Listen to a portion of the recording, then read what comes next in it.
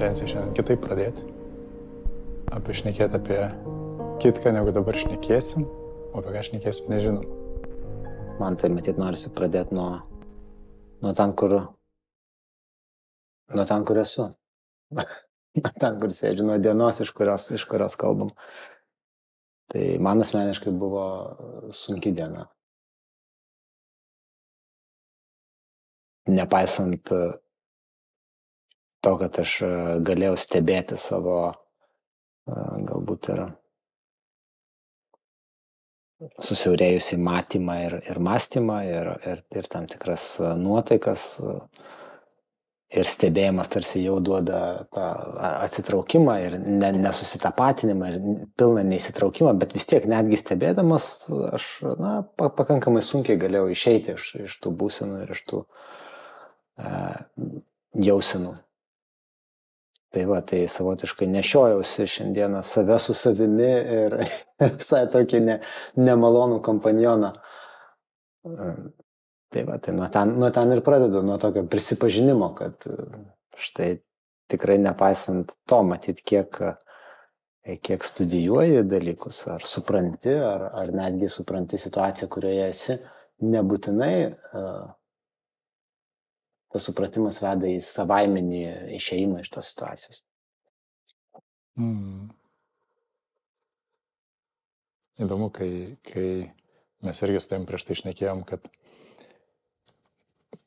ir juokinga, kai matai tą mintį, kuri daro tau įtaką, dėl kurios tu jautiesi vienaip arba kitaip prislėgtas, nes yra kažkokia konkreti mintis, netgi dažnu atveju konkretus sakinys, prie kurio tu vis grįžti ir tu suki aplink tai. Ir net, kaip tu sakai, turėdamas patirtį, kad ją paleidus, arba kad jinai net žiūrint ją, kad jinai yra absurdiška, ir kad ją paleidus bus geriau, bet sunku paleisti. Ar atrodo, arba paleidai ir jinai vėl pritraukia tave ir vėl. Ir kaip išeiti iš to. Ir man atrodo, kad didžiąją dalim mes turim iššūkį dėl to, kad mes išeinam ne įsibūdami arba pamatydami, kad tai yra ten baimė ar kažkas kitas, bet protų apgaudami save, o realiai užslėpdami tą emociją kažkur giliau, nes mes sugalvojam pateisinimą, kodėl taip yra.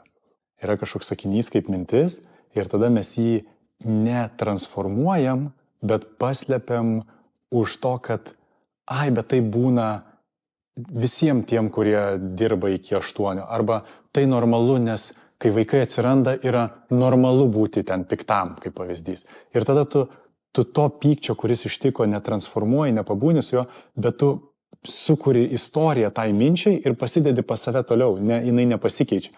Ir jinai kažkurių momentų vėl iškyla ir vėl tave jinai traukia ir tada vėl sukuri protų kitą istoriją. Ir tas sakinys kažkoks, su kuriuo tu būni, jisai visada o kaip ne protų sukurti istoriją ir ją toliau parsigrąžinti pas save, kad vėl išlystų, bet kaip su ta mintim, kuri sukuria tokią būseną, būti taip, kad jos nebebūtų. Kad jinai nebeištiktų, tiesiog ją transformuoti. Kad nebesugrįžtų.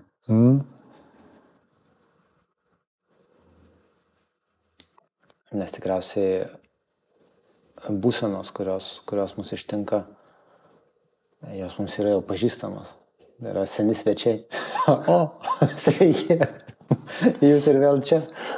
Tai nėra kažkas, kas nutinka visiškai, galima sakyti, netikėtai, bet tikrai sugrįžta tai, kas jau yra buvę ir kas persekiojo kurį laiką ir tam tikros tendencijos. Tai viena vertus ir yra vilties, nes tai, kas sugrįžta, yra tam tikras šešėlis, su kuriuo mes jau galim pradėti pažindintis, susipažinti ir pažinoti kaip tą savęs pusę, kuri vis pasireiškia. Ir tada tikrai galim sakyti, labas, tu ir vėl čia. Bet kaip tu ir sakai, o klausimas, o kaip vis dėlto, taip pamatyti, galbūt priimti, pabūti su tuo. Bet jeigu mes atpažįstam tą nekviestą svečią, kuris vis sugrįžta, tas būsenas ar tas mintis, Tai kaip pabūti, kad nebegrįžtų, kaip pabūti, kad transformuoti, kaip tą šešėlį paversti galbūt tą nelaukiamą svečią kažkaip perrengti, galbūt naujais rūbais arba suteikti jam kitą pavydalą. Kad tai, kas galbūt mus stabdo ir slegia, taptų mūsų raiškos potencialo šaltiniu. Nes tai yra energija. Ar ne? Tai yra energijos forma ir šiuo metu jį reiškiasi negatyviai, galimai dėl to, kad jį yra ne iki galo suprasta, ne iki galo ta žinutė perskaityta, kas yra už tų būsenų, kas yra už to pykčio, kas yra už to kažkokio nepasitenkinimo situacija, tikrovė, galbūt konfiguracija, kuriuose atsidūrėm.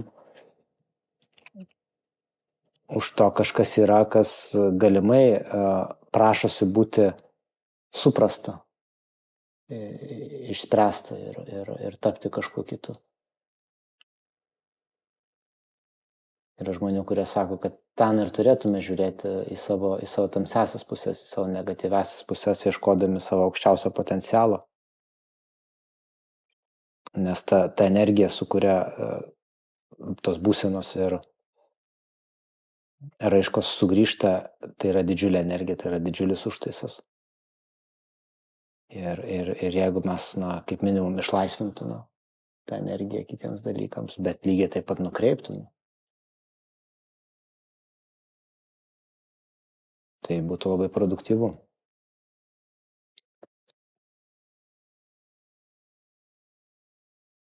Man tai padeda. Vienas iš tokių būdų, pavadinkim taip, tai kai sutrumpini tą sakinį, tą mintį iki tokios labai brutalios esmės, ne kodėl arba ne apie ką tai yra, pavyzdžiui, tai kokia nors, jeigu kalbam apie kokią nors baimę. Tai nueiti iki to, kad tiesiog sakyti, pripažinti, aš bijau. Ir pabūti su to aš bijau. Ir būti tol, kol tas aš bijau pradeda tirpti. Jisai tiesiog pradeda, tu būni su tuo aš bijau. Ir aš bijau, matau, kad aš bijau, būni su tuo. Ir staiga jisai kažkodėl pradeda tirpti, jisai kažkaip integruojasi, bet integruojasi ne negatyviai, bet kaip tu sakai, pradeda tirpti ir iš jo atsiranda kažkokia energija. Čia aš bent jau apie savo patirtį šneku. Bet jeigu tu tik tai pridedi tą aš bijau kažko, arba aš bijau todėl ar todėl, įpini tai kažkokią istoriją savo patyriminę, tai dažniausiai neleidžia pažiūrėti ir pabūti su tuo, kad aš bijau, bet tai, kaip ir sakiau, nukreipia kažkur kitur ir tu tada pradedi ieškoti, aš bijau ten to ir žiūrima ne į tai, kad aš bijau, aš žiūriu į tai, o tai kodėl aš bijau. Ir tas kodėl aš bijau, tada prasideda ten, galbūt turėjau tokią patirtį, galbūt šiandien mane taip tai ištiko. Ir tada pradedi galvoti, tai aš kitą kartą eisiu kitu keliu, kad to nenutiktų ir nebebijosiu. Bet pati baimė, jinai lieka. Ir man padeda tą transformaciją padaryti, kai nueinu iki tokio labai pamatinio tokio tai aš bijau, arba ten dar kažkokią kitą emociją vardinkim, bet tą patirtį ir tiesiog ją įvardinus. Ir su jie būnant, be jokių priežastingumų. Tai man pradeda tirpdyti ir, kaip tu sakai, tirpstant ten viduje esančią, išlaisvina viduje esančią kažkokią energiją. Ir tada jau su tuo gali toliau keliauti. Čia bent jau mano patirtis. Tu davėjai pavyzdį pirmą atėjus į galvą, bet aš taip dabar galvoju. Gali būti, kad apskritai už visų, arba bent jau daugybės nuotaikų, tų nekviestų mūsų ištinkančių svečių yra vis dėlto baimė. Kaip pamatinė jausena. Ir baimė ne kažko visų pirma, bet jau tokia egzistencinė baimė, nerimas, angstas. Vokiškai. Egzistencialistai apibrėžia kaip tam tikrą žmogaus būseną nuolatinį nerimą ir baimę, kuri įgauna pačius įvairiausius pavydalus, vardus ir nebepasimato kaip baimė, nebepasireiškia kaip baimė. Mes nebegalim atpažinti, kad galbūt daiktas, kurio noriu, arba stokoju kažko, arba jaučiuosi nepripažintas, ar dar kažkokia situacija. Pasaulis neduoda man pakankamai šypsenų ir gero grįžtamo ryšio, manęs nemyli, manęs nepripažįsta, aš niekam nereikalingas, niekam tikęs ir panašiai.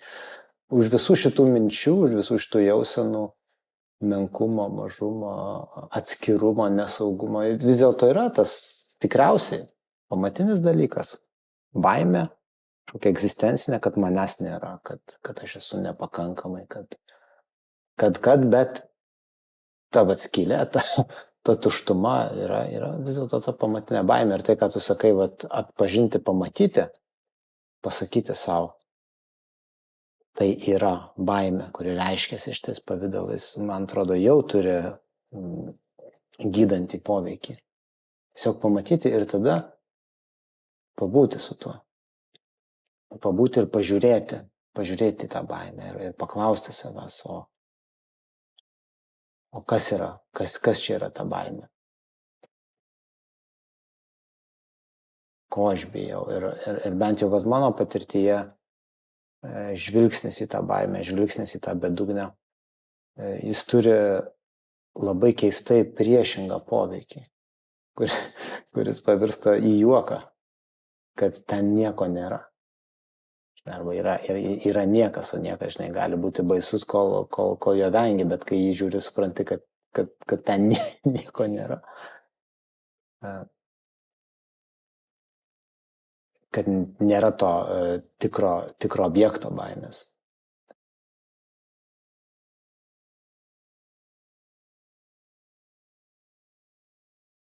Tai kažkaip panašiai, galbūt priėjom prie to paties. Žvelgti į baimę ir matyti, kad yra tik baimė, o visi tie objektai ir tariami trūkumai yra tariami. Ir kai pamatai, kad tos priežastys yra prilipintos prie šito jausmo, kad yra tik tai šitas jausmas, o ne tai, kas jį sukelia, ar ne tai, ko mes iš tikrųjų ten bijomės. Nes vienus objektus nerimo ar baimės keičia kiti objektai. Kai kažko neturi, tai jauti trūkumą, kai kažką turi, tai bijai prarasti, nežinai kur padėti ir niekada žmogus nebus toj tarsi išsipildymo ir pilnatvės būsena. Tai kai mes pamatom ir atpažįstam šitą negalėjimą pasitenkinti, kuris yra susijęs su tuo nuolatiniu nerimu, tas nerimas tarsi ir prislopsta. Bet dabar matau,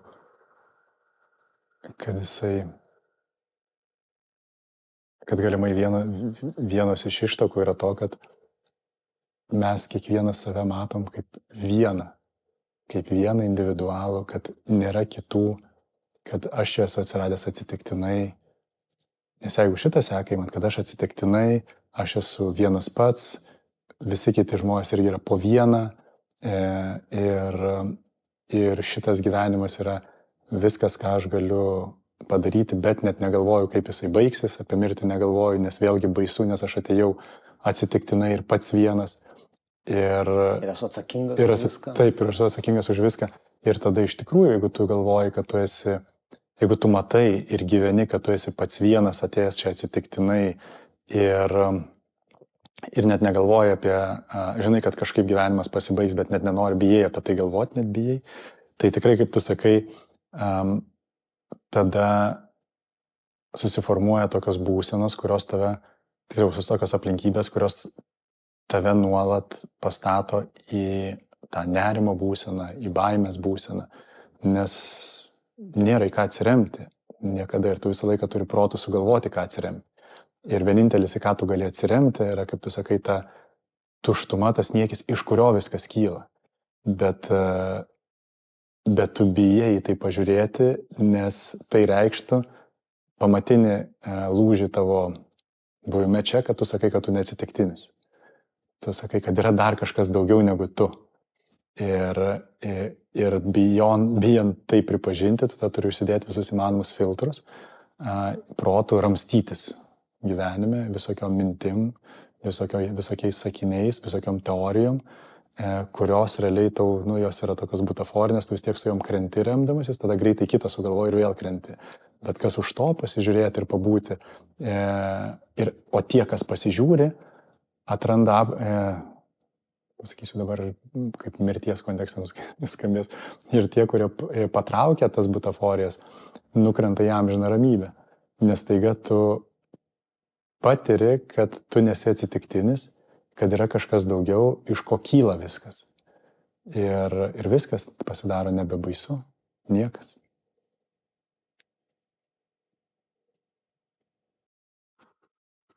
Budistinėje tradicijoje sakoma, žinai, no self, no problem.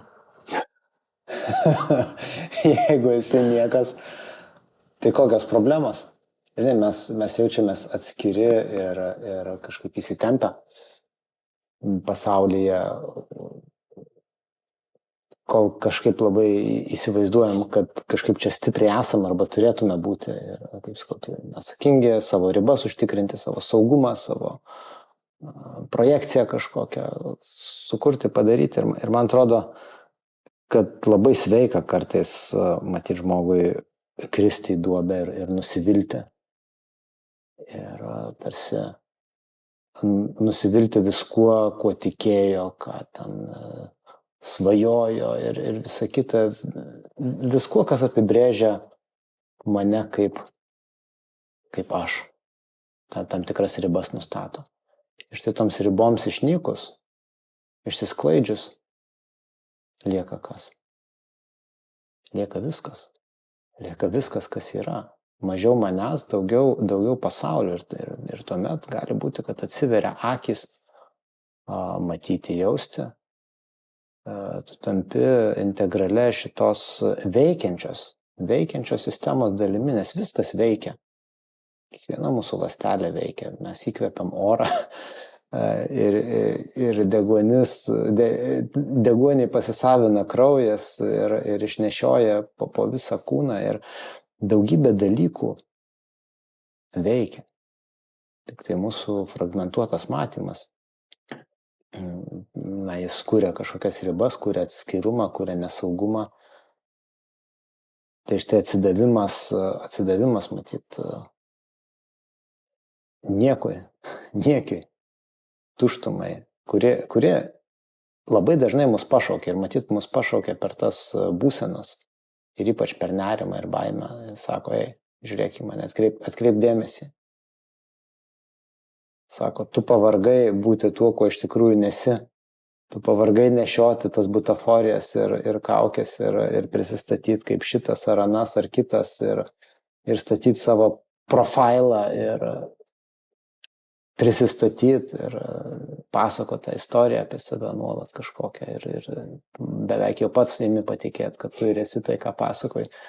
Bet taip išvirsta į didžiulį nuovargį gale dienos. Jeigu tai organiškai neišauga kaip natūrali ekspresija, nes daugybė žmonių taip pat jie tiesiog yra tuo, kuo yra ir tam pasakojimui ir tai butaforijai nebelieka reikalo, nes jie tiesiog reiškiasi tam tikrų būdų. Bet deja mes gyvename pasaulyje, medijų pasaulyje, kur rinkodaros pasaulyje, specialistų, kurie žino, kaip asmeninį brandą daryti ir visai, visos šitos nesąmonės, kurios, žinai, mus pastato į situaciją, kur mes turim tapti savo pačių jau ir taip to sunkiai nešiojimo aš dar architektais ir turim statyti ir pristatyti pasaulį ir ilgainiui vis tiek mes jaučiam, kad tai yra oro pilis. Tai yra oro pilis ir kuo daugiau mes tas pilis, reiškia, pastatom į priekį, tas butaforijas įtvirtinam, tuo labiau kaip priešingas mus galimai ištinka būsenos, kurios yra nerimo ir tokio, tos baimės, kad visos tos pilys yra netikros ir jos išnyks vieną dieną. Tai gal jau laikas iš tikrųjų sakyti, na taip, netikros jos. Ir ta baimė viso to neturėti, jinai pagrįsta. Pagrįsta, tu nieko neturi. Tu nieko ir čia neužtvirtins ir neturėsi, viskas praeina, viskas praeis. Ką tu čia bestatytum ir va tas atsidavimas supratimui, kad esi dulkė. Tai esi visiška dulkė. Paradoksaliai išlaisvina. Kai tu esi niekas, tu esi viskas. Ir tu gali žaisti. Ir tu gali žaisti bangose, ir tu gali žaisti saulės spinduliuose, ir žvilgsnyje kito žmogaus, ir žaisti savo žvilgsnį, ir susitikti, ir šokti, ir dainuoti, ir visa kita. Ir gali būti laisvas. Tai gal taip, žinai, mes kalbam ir išsiriša man pačiam toks aiškumas, kad ačiū, kad ateina tos būsenos. Nes jos primena, kad kažkur truputėlį paklydai ir galbūt nepakankamai autentiškai būni, nepakankamai autentiškai gyveni. Kažkoks dirbtinis projektas tarsi nori būti įtvirtintas ir atsiranda išgyvenimas, kad tas projektas nepasiekia kažkokios tai norimos stadijos ar išsipildymo. Ar tai būtų verslas, ar tai būtų santykis kažkoks ar dar kažkas, bet vadinasi netikra. Grįžk į patyrimą. Nusimesk lūkesčius, būk su tuo, kas yra. Išmok pasitenkinti, išmok džiaugtis ten, kur esi. Nes kur be nuvyktum, vis tiek būsi tik ten, kur tuo metu būsi. Vėl būsi toje kažkokioje konkrečioje vietoje. Ir jeigu neišmokai iš tos pamokos dabar, ta pamoka vis tiek sugrįž, nesvarbu, ką turėtum ir ką būtum pasiekęs. Nesvarbu, ar šitam ar sekančiam gyvenime. Ir tikriausiai nesvarbu, ar šitam ar sekančiam. Vis tiek būti čia, vis tiek kažkur būsi. Ja. Tai matyt, mes jau esam kalbėję šiuose pokalbiuose apie depresijos prigimtį. Kad tai yra matyt sielos kvietimas. Prisimink mane. Nes apie tai, ką šiandien kalbėjom dar prieš tai, kad atrodytų yra tas mitas apie sielos, kai miršta žmogus, jo siela paimama ir jinai yra pasveriama. Ir vienoj pusėje svarstyklių yra širdis, reprezentuojanti sielą, o kitoj pusėje yra plunksna. Tai ir stručio plunksna, kaip sakoma, ar tokia tamsi, ar angelo plunksna, bet reiškia, kad jinai turi būti tai siela, širdies simbolikoj, turi būti lygi arba lengvesnė negu plunksna.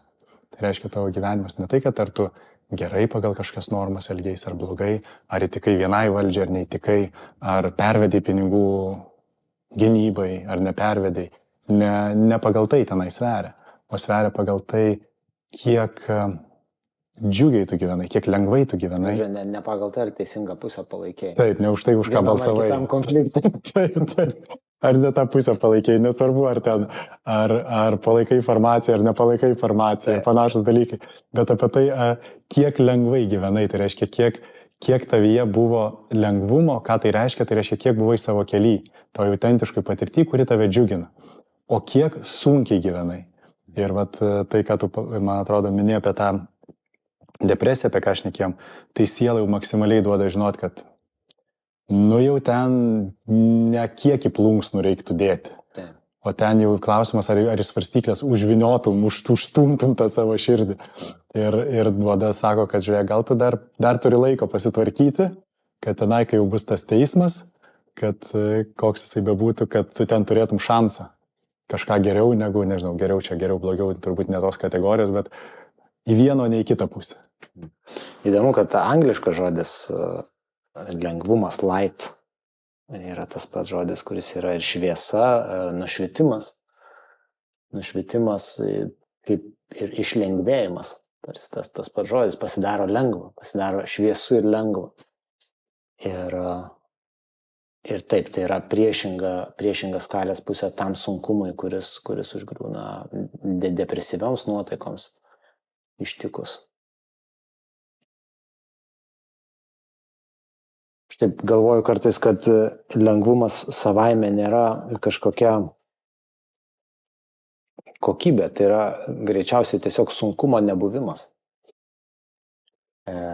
Lengva, kai niekas nespaudžia. Lengva, kai niekas nesveria. Ir gali būti, kad jeigu dabar mes savo žvilgsnį ir pokalbį nukreipsim nuo sunkumo link tų lengvų momentų, link lengvumo patirties gyvenime, džiugesio patirties, tai man yra toks įspūdis, kad džiugumas, lengvumas visą laiką yra tas pats. Keičiasi būdai, kuriais mes prieinam prie to lengvumo. Tai gali būti kažko labai norėjai ir gavai, išsipildymas, kažkoks pasiekimas, pagaliau pasitenkinimas kažkoks fiziologinis irgi sukuria tą džiugesio nuotaiką, būseną. Artėjimas link išsipildymo. Dar ne pats, bet jau tuo jis yra pats džiugiausias, pats lengviausias. Bet gali būti, kad, aš galvoju, iš kur atsiranda siekis, noras kažką pasiekti. Jis atsiranda kaip noras nebesiekti. Noras, kad jau būtų, kad nebebūtų tos varžos, to įsiveržimo ir varžymosi, reiškia, su ta situacija. Paimkime, bet ką, aš tiesiog noriu valgyti ir valgydamas aš naikinu trūkumą maisto. Kai pavalgau, nebelieka noro valgyti ir tas trūkumo nebuvimas yra lengvumo pojūtis. Nepaisant to, kad gal sunkumas yra skrandyje, bet šiaip lengvumo pojūtis. Nes akimirką aš nieko nebestokoju. Aš ką tik stokojau, ką tik labai man reikėjo šito dalyko, mano visa organizacija, koncentracija buvo nukreipta į šitą objektą ir ta įtampa yra nuimama ir yra lengva. Iki sekančio momento, kol mintis, protas ir kažkokia vėl stoka susiranda naują objektą. Ir vėl didelis kažkoks įsitempimas tam, kad jisai būtų išpildomas. Tai gerai, kai mes kalbam apie maistą ar ten seksualinį pasitenkinimą, tas tarsi gana greitai gali ateiti, bet tuomet atsiranda didesni projektai, viso gyvenimo projektai, pripažinimo siekis ir visi šitie dalykai, kurie yra tarsi ir sugalvoti tam, kad galėtum niekada neateiti iki to galutinio lengvumo arba kad apsaugotum save nuo patyrimo, kad tiesą sakant, tas malonumas, tas džiugesys, tas lengvumas ir šviesa nėra kažkokia ypatinga pasiekimo situacija ar būsena, tai yra tiesiog trūkumo nebuvimas. Ir tame supratime man irgi atėjo toks aiškumas, kad tais momentais, kai aš per daug kažko nemastau, kai aš esu patyrime situacijos,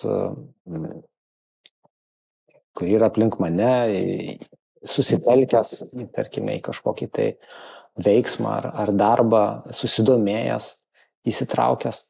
Tai yra lengvos situacijos, tai yra lengvos būsenos, nes tuo metu aš nepatiriu jokio trūkumo arba jokio poreikio. Pavyzdžiui, dainuoju arba šoku, esu ten tuo metu. Bet, pavyzdžiui, jeigu šoku arba dainuoju ir noriu dainuoti geriau ar geriau šokti, jau aš esu trūkumo situacijoje, jau lengvumo nebepatiriu, patiriu labiau sunkumo. Tai jeigu tai, ką aš sakau, yra tiesa ir čia mes kiekvienas galim savo per gyvenimą pasitikrinti šitos dalykus, tai galimas dalykas, kad tiesiog reikia atsisėsti ir rasti būdą suprasti savo stokas ir savo siekius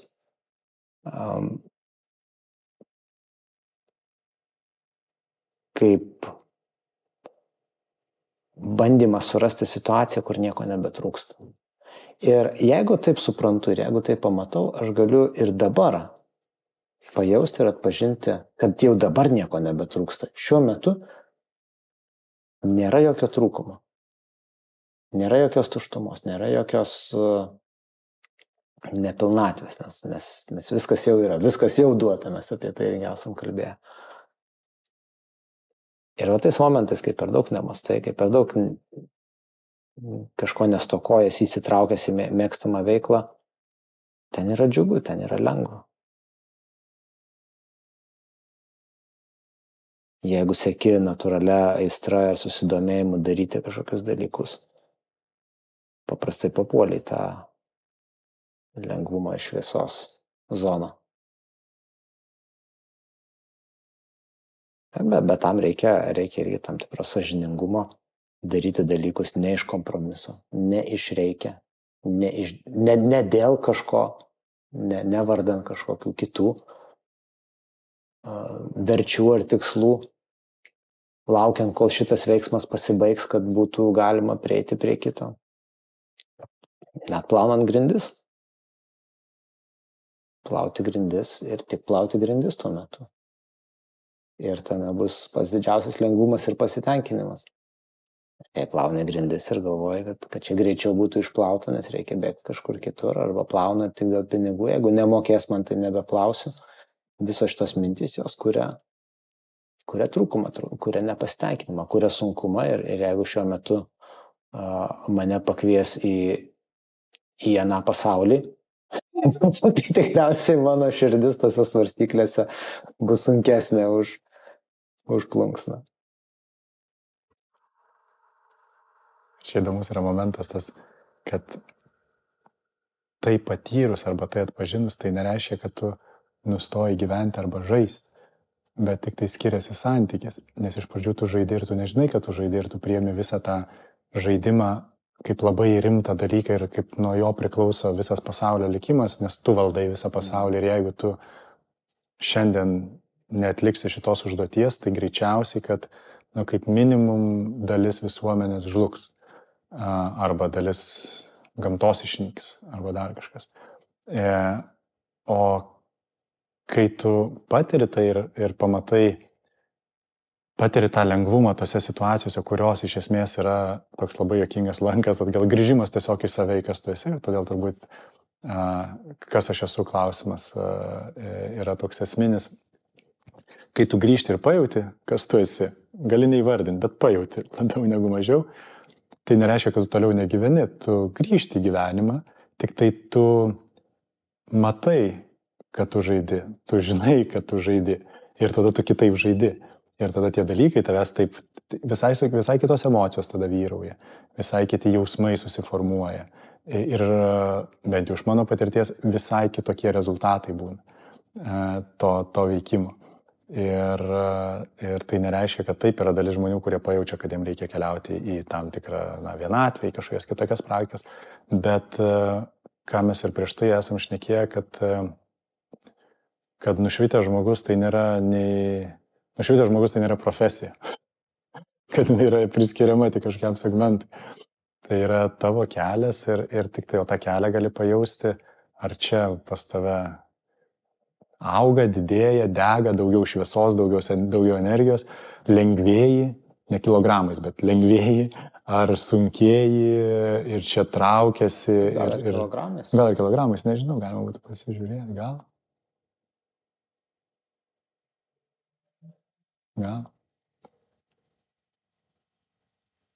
Pasakėjai užsiminėjai tą aš esu, pamatinę, iš esmės,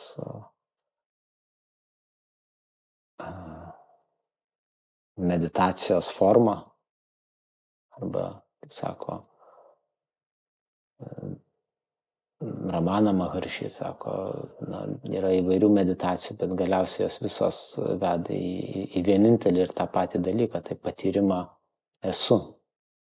Patyrimą esu ne, esu tai, ar toks, ar kitoks, ar vienoks. Be jokio vertinimo, be jokio vardo, be jokio pridėjimo, bet pats esu arba pats buvimo patyrimas. Šiaip mes lietuvišką gražų žodį turim esatis. Yra esaties patyrimas, kas kažkaip tarsi jau ir sudaiktavardina tą procesą. Ir tai neprieštarauja tam, ką mes prieš tai pasakėm, no self, no problem. Budizme yra ten asmens arba kažkokia tai apibrėžto aš nebuvimo doktrina. Tai tie dalykai sutampa, nes esu patyrime tai, kas buvo ribota, tai, kas buvo apibrėžta tam tikromis formomis, išsisklaido ir esu patyrime yra ir visko patyrimas, nes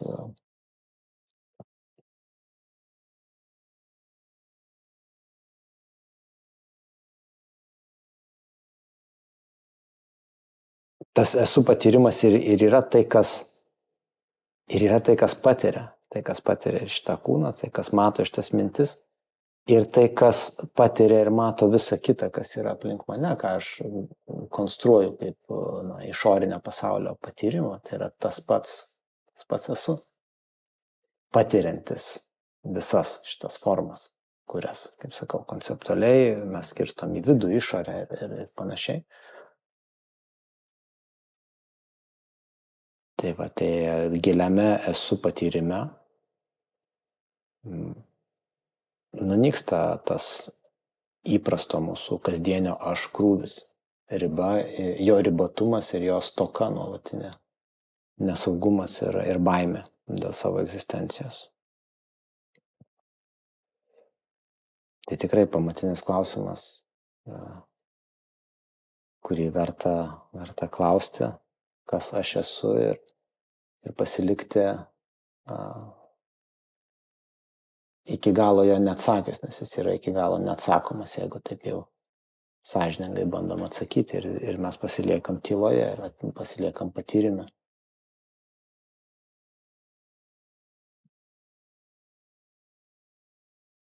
Ir galimai lengvume.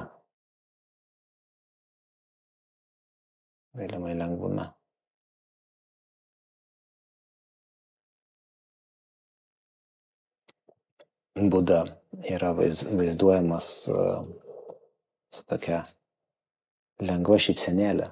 Ar statulos, ar paveikslai, lūpų kampai yra pakelti į viršų. Tarsi ir komunikuoja, jo kūnas iškomunikuoja, tarsi pasako apie tą vidinę pilnatvės pasitenkinimo, nestokojimo būseną. Ir galimas dalykas dėl to mus patraukia šypsena kitų žmonių. Ir kai mums lengva ir gera, mūsų kūnas šypsosi.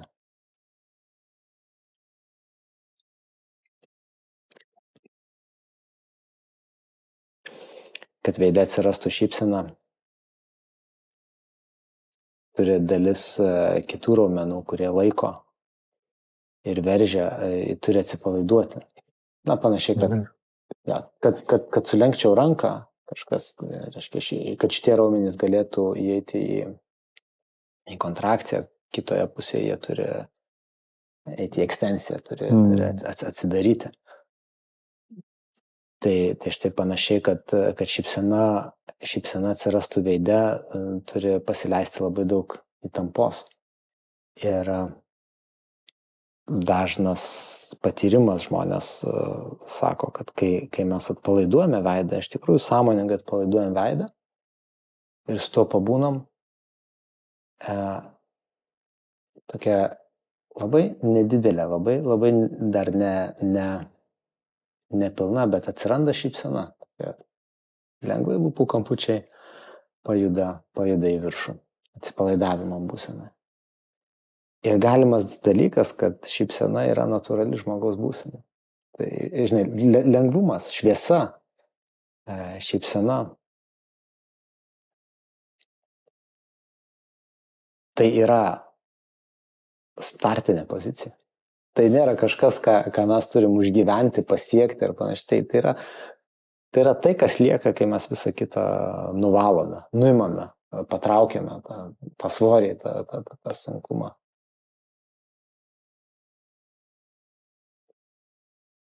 Tai man šita mintis, jį labai praturtina gyvenimą, nes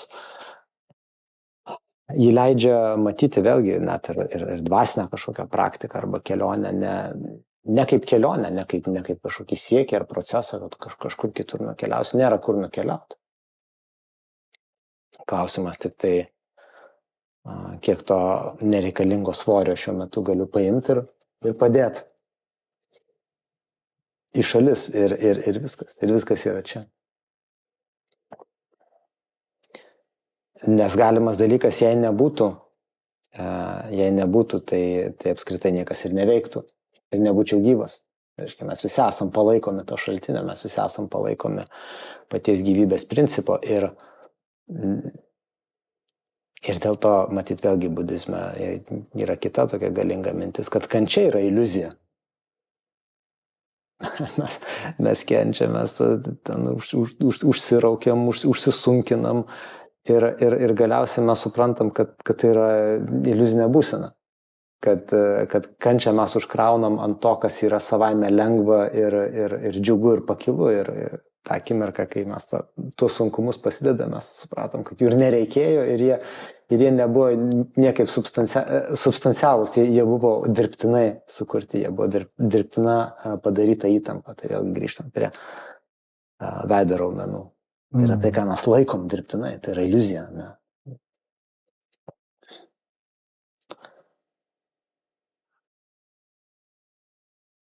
Ir atrodo, tada ir plečiasi sąmonė.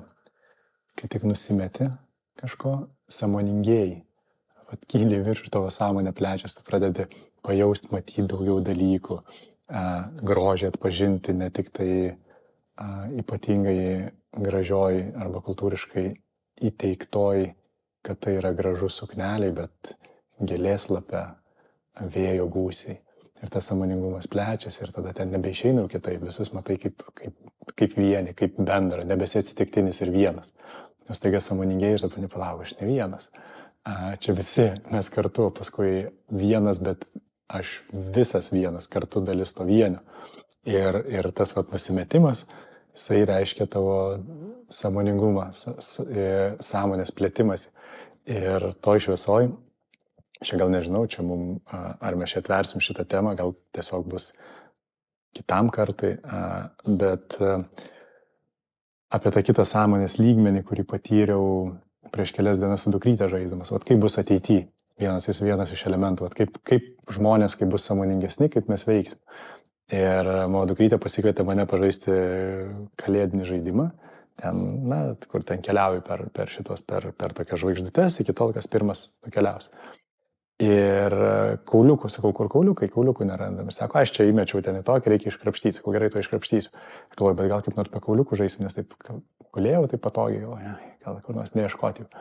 Ir sako, jinai, tai žaidžiam be kauliukų, sakau, gerai. Ir mano pirmas buvo momentas, kadangi jinai vis laik nori laimėti. Ir aš galvoju, tai jinai vis laiką sakys tam tikrą skaičių, kuris yra geriausias ir laimės.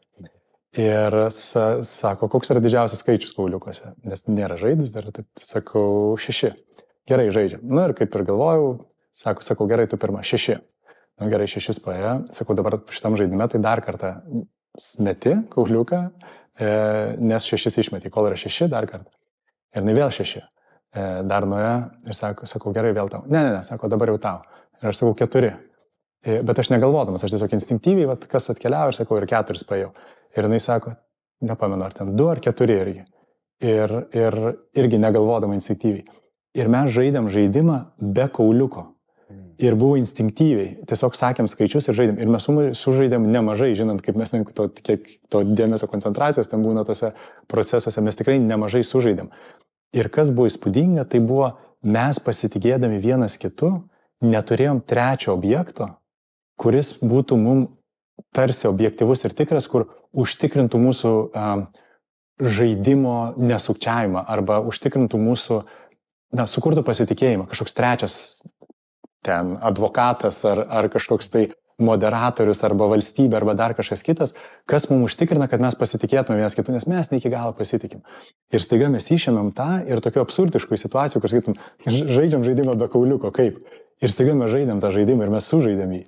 Ir man atrodo, va čia yra to kito sąmonės lygmens, to matymo, kad mes kartu esam ir gebėjimo būti be trečios šalies, kuri užtikrintų mums pasitikėjimą, mes atpažįstam tą pasitikėjimą vienas kitu viduje, kai tu nebefragmentuoji, nebesi vienas, nesi atsitiktinis, neturi kovoti, neturi įrodinėti ir tai yra kitas sąmonės būvis ir iš jo kitoks veikimas yra. Tai man buvo tokia įspūdinga patirtis, kur pažaidėm be kauliukų žaidimą. Fantastiškas pavyzdys. Jeigu mes jį galėtume taip truputėlį, tarsi pratesti, įsivaizduokim, kad mes gyvendami visuomenėje visi žaidžiam žaidimą. Ir kaip vienas dėstytojas kažkada sakė, gerų dalykų yra mažai, o tų, kurie jų nori, yra daug. Ir suprask, šitas gyvenimas ir pasaulis yra tokia nuolatinė konkurencija dėl tų gerų dalykų, kurių yra mažai, ir kas tų kauliukus geriau išmeta, tas jau prieina prie tų geriausių dalykų. Bet įdomu, iš tikrųjų, aš su savo vaikais išbandysiu būtent tokį žaidimą, nes aš taip įtariu, kad, įsivaizduokim, žmogus sako, o gerai, tai aš dabar galiu mesti visą laiką 6, gali pirmin. Meta 6, laimi, meta 6, laimi. Ir taip sukam, ir jis laimi, ir gauna pergalę, ir gauna tas gerybės, ar tai būtų monopolio žaidimas, ar tai kažko, bet kokį žaidimą. Ir ilgainiui pasidaro kas? Pasidaro nebeįdomu, pasidaro monotoniška. Apskritai, tuomet pradedi klausti, kokia bet kokio žaidimo esmė, kad žaidimas tęstųsi, kad visi įvairiai įsitrauktų, kad būtų atsitiktinumas. Mes galėtume kažkaip įeiti į tą žaidimą nežinodami, kuo jisai baigsis, ir įskaitant, kad nežinodamas, kuo man baigsis, nes tai sukuria man galimybę būti komunikacijai su pasauliu, su tikrove, apskritai patirti žaidimo džiaugsmą kaip tokį. Ir tada galvoju, tai dabar gyvenime, kaip mes norim visą laiką išmesti 6, pergyvenam, kad neišmetam, bet kas nors sakytų, gerai, imk, mesk 6, nori pinigų, imk visus, kiek nori. Imk viską, būk Dievas. Ir tuomet, ką mes darytume, mes kurį laiką būtume su viskuo, ką mes galime turėti, imtume. Ir tuomet, netgi būdamas Dievas arba tas visagalis ir visažinis ir visa kita, ilgainiui mes tikriausiai ateitume į situaciją, kur sakytume, o dabar nenoriu tai būti, o dabar noriu žaisti iš tikrųjų žaisti ir būti nuolat pastatomas prieš netikėtumą, spręsti iššūkius ir visa kita. Ir taip mes vėl sukurtume tą pasaulį, kuriame dabar gyvename, kuris yra pilnas žaismės ir žaidimo. Tai aš galvoju, kad fantastiškas yra pavyzdys. Čia labai dažnai tas klausimas yra teologijai užduodamas. Tai jeigu Dievas yra visagalis ir visažinis ir visa kita ir geras, tai kodėl pasaulyje yra tiek negerų dalykų sukurta ir kančios ir pagaliau ta pati mirtis, baigtinumas. Tai atsakymas toks. Šita raiška yra dieviškas pasirinkimas, nes kitas pasirinkimas būtų monotonija. Tai yra visiškas stabilumo monotonija, kur niekas niekada nesikeičia. Ir tai monotonijai tada reikėtų tos įvairovės ir raiškos, kurioje užgimsta žaismė. Ir, kaip sako, cosmic joke. Šitas gyvenimas, šita planeta yra cosmic joke. Kad būtų galima iš tikrųjų žaisti ir visą tai patirti.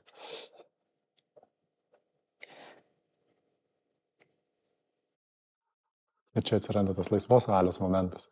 Nes jeigu neturėtum laisvos valios, negalėtum žaisti. Nes vėl būtų bėgiai ir keliautum. Ir mano vienoji tokia kontempliacija, aš irgi su tavim dalinausi, kad ir aš dar iki galo neišišau to, bet kad laisva valia atsiranda tik tai tik įsikūnijus. Tik kūnas suteikia žmogui laisvą valią. Tai reiškia, jeigu tu veiki kaip sielos kontekste, dvasios kontekste, tenai nėra laisvos valios, nes yra labai aiškus patternai, yra labai aišku, kas turi būti išpildyta. Pavadinkim taip, neįsivaizduokim tokį mintinį eksperimentą, kad tu esi, nes mes esam siela, bet tik siela. Ir jos pagrindinis veikimo principas yra keliauti ten, kur yra daugiau energijos. Ir tu tai labai aiškiai, jauti. Viskas, tu nieko ne, tu keliauji ten, kur yra daugiau energijos, kaip koks elektronas, ne? Viskas, tu ten ir keliauji. Ir tame nėra laisvos valios, tame nėra žaidimo. Kai tu atkeliauji, kai atsiranda kūnas, skausmas, dar kažkiek kiti komponentai, patirtis, lietimai, skoniai, kiti kūnai, tai atsiranda žaidimas visame tame. Ir tada mes jau ten pradedam konstruoti, čia kančia, čia nekančia, čia gerai, čia blogai, čia bendrai mums visuomeniai taip geriau ir panašiai. šitą žaidimą žaisti, čia kitas žaidimas, šitie du žaidimai nesueina, kuri žaidimas bus, kurį visi žaisim. Ir prasideda visa tai, kai mes įgaunam, bet visa tai yra realiai laisvos valios išraiška, kurią mes turim kūne. Ir tada, bet jeigu vėl susitapatinti, tai ta galvoji, kad čia yra baigtinis ir tu čia žudbūt. Tai jeigu atsitrauki, supranti, kad taip ir skauda, ir nemalonu, ir nežinai, čia iš tikrųjų čia gerai darai, negerai darai, čia kažkas tai, bet visa tai dar yra dalis to, kad turi laisvą valią, gali patirti tą pačiupinėti. Paskui galbūt, nežinau, jeigu ten kaip toliau keliausi, bus kūnas, nebus kūno, tai gal ir neturėsi. Žinai, senovės graikų kultūroje, jų mitologijoje buvo nuostata, kad dievai pavydi mirtingiesiems. Realiai pavydi ir pavydi jų baigtinumo, visų pirma, jų baigtinumo, iš kurio kyla kūrybingumas, žaismė, aistra gyventi, pagaliau džiaugsmas. Tu gali džiaugtis dalykų, nes jis yra vienkartinis, nes jis yra nepakartojamas, nes jis nėra toje, reiškia, monotonijoje. Ir vėlgi, matyt, grįžtant prie to, nuo ko mes pradėjom, tam, kad galėtum džiaugtis ir žaisti, turi turėti ir tą kitą perspektyvą, ir tos galbūt dieviškos monotonijos, ir vientisumo, ir kad nėra tų, žinai, atskirybių. Tada gali iš tikrųjų žaisti be kauliukų. Nes kol tu pilnai esi įsitraukęs tik į šitą žaidimą ir į norą jį laimėti ir nematai nieko anapus žaidimo, nematai, kad čia yra žaidimas, kad čia yra lenta, nejauti tos kitos perspektyvos. Tai tada tas žaidimas jisai tikrai sukuria didelę kančią. Tai man regis mes gražų ratą apėjom. Gydantį pokalbį. Kurio šiandien reikėjo. Šiandien buvo sunki diena ir įvairios nuotaikos ir visą kitą.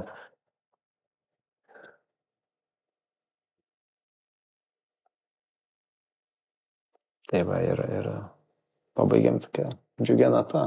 Kvietimą eiti lengvumo ir džiaugtis. Žaist be kauliukų. Žaist be kauliukų. Ja. Čia ir su šypsena. Ir tęskim. Ja. Šitas gyvenimas yra nuostabus žaidimas.